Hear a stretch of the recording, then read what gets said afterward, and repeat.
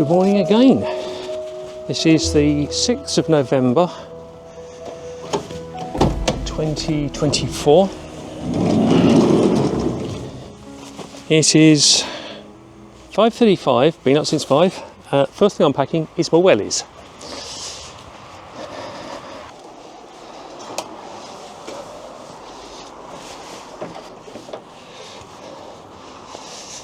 Camera bag, tripod, jacket. That's pretty much it. Today we're coming up to the M27. We're going to swing a right and go east.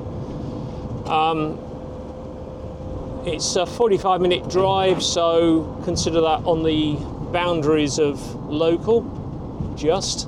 So we've turned off the main dual carriageways. So this is where the real adventure starts. Oh, actually we're not that far. The signpost for where I'm heading to is not that far indeed.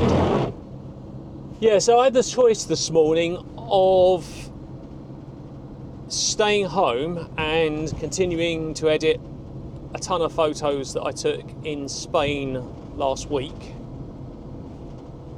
or coming out and trying to get this shot before we lose the leaves. Blimey, something just jumped over the fence. Ah, it's a deer. No idea. Yeah, we've arrived and we got a parking spot. Look at that. I'll take pole position. Fantastic. Forever turning this microphone on and off because I don't know how long the battery lasts. Probably only about 40 minutes. And sometimes you forget to turn it off, sometimes you forget to turn it back on. Bit of a pain. So what I've ended up doing is I've got a battery power bank, and I'm powering the microphone from that, and that will just sit in my top pocket with the microphone. Sorry for the rustling. Microphone like that. I can just leave it on and forget about it, and the only thing I have to worry about is the camera, which is a little bit more obvious whether it's on or off because it's in front of me and I can see the display. Right, that's the backpack on. Trusty iPad.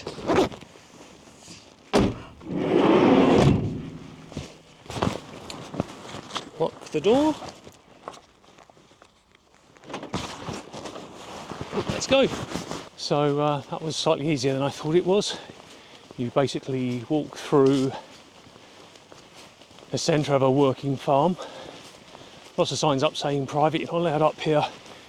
It's not entirely true, but I can see where they're coming from. They don't want cars coming up here, which is understandable, and they don't want people trampling in their farmyards and their fields, but this is a public footpath.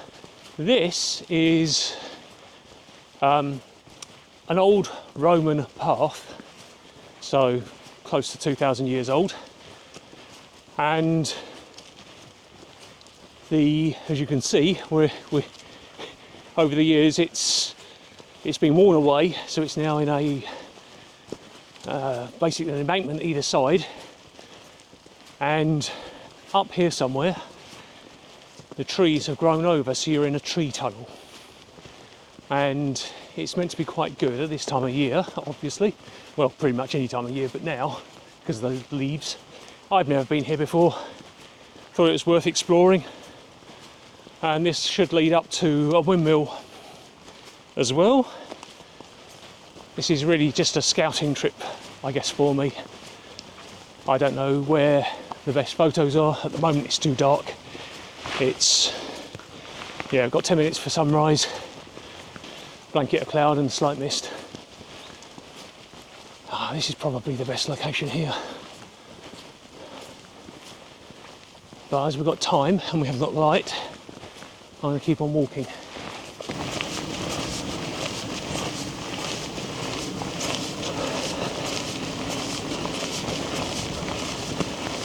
Tree tunnel, not overly long, but I kind of peeled off. This is the path, bit of an uphill slog to get to the windmill. Unfortunately, the farm has decided to put up these rather ugly wire fences. There's over the fence in that field, there's a number of pheasants. There's 3 over there, 2 of them having a bit of a ding dong a minute ago, and there's another couple running around just up ahead to the right. There is a structure that's now emerging from the mist, which I believe to be the windmill. Okay, so you can now see it emerging. 7:10, so it has gone sunrise, and you can't tell. Just going to go on a walk around the perimeter of the windmill. Pretty the sails on.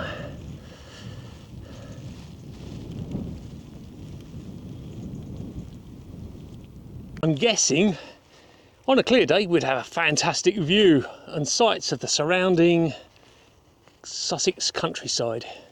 Yeah, bet this has got quite a good view on a clear day. And these 2 trees just look like they're begging for a shot. That's a farmer's field there, so I can't go further forward. I have taken one shot at a 150mm setting. You can see the shot there. Okay, so I switched across to the Pentax 105 2.4 lens. Just wanted a bit more space around this tree. A short distance away from the windmill, there's this other, what I thought was a building, but it's sort of hexagonal, I guess, shape. The brick looks pretty old on it, and there's an opening. So obviously it's had the local youths come and graffiti it up, which is mandatory, but I don't know what this was. I'm guessing it was possibly another windmill, maybe. Doesn't look like the mist is lifting at all. It's not, temperature wise it's not that cold, and there's not much wind, but I think because of the dampness in the air it does feel chilly. Well, just tinkering around with some shots around this tree, and there's a bush kind of like here with some red berries on it. I like the way that fans out and the colours.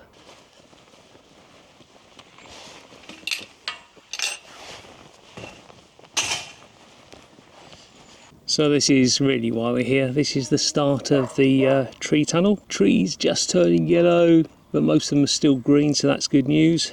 Well, it starts to get interesting, I guess. So this is kind of the shot that we came here to get. Kind of. Trees could do with being another week or so, maybe a couple of weeks. A bit more yellow and oranges in them. There's one there that's kind of turning yellow, but the rest are all still green. And we could do with a bit more light, but I like this composition. We've got the path going from the bottom into the centre of the picture. We've got a tree to our right that's curling from the lower right round to the top left, and we've got the tunnel in the centre. Pentax 105 2.4 again. I'm at F11.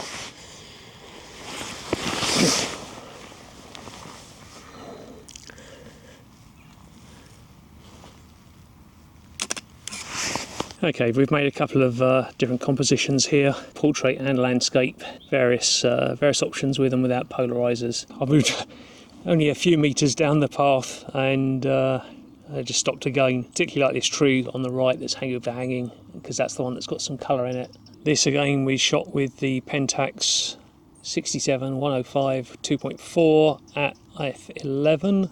I'm going to try a wide angle in a minute. I've got a Canon 24 TSE2, give a go, but I think having a slightly short telephoto compresses the tunnel a little bit, which I think probably works better. Yeah, we've moved forward again, and I've put the 24 in just to have a little play around. I like this tree here in the foreground. I think I was right originally that the short telephotos are probably better for this location than the wide angles. The wide angles are taking in too much canopy overhead and you can see through the sky, whereas when you've got the telephoto on, you're basically blocking out the sky because you're getting more of the leaves overlapping and the trees overlapping. Switched back to the Pentax 105 2.4 again with the Kip-on Bavise adapter. Right, into the tunnel. I think I'm going to shoot from the bottom facing upwards behind me in a bit.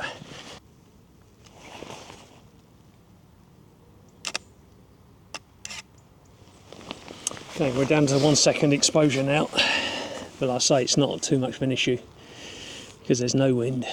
Half out the tunnel there's a metal horrible ugly gate, and then you spin round and there's this horrible gate, but then you've got the top of the tunnel up there, which I probably can't show you until I go to that side.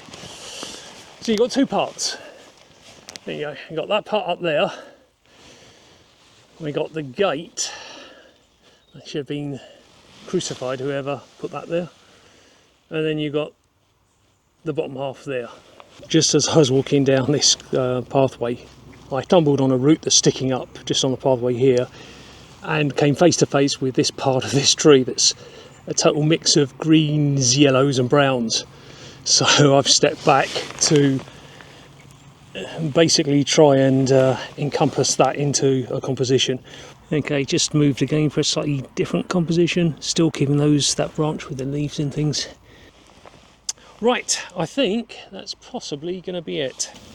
Oh, this is lovely. Loads of people coming up now. So we're back at the van.